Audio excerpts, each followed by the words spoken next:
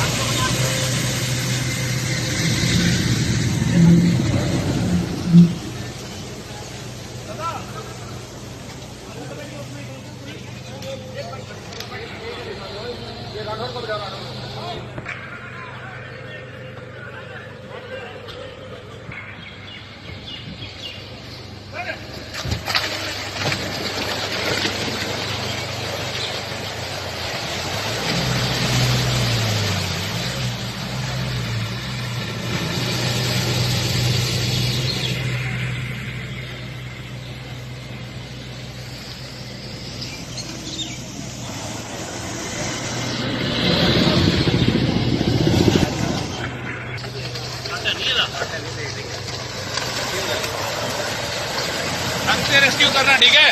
जोर चढ़ नहीं लगना चाहिए किसी को।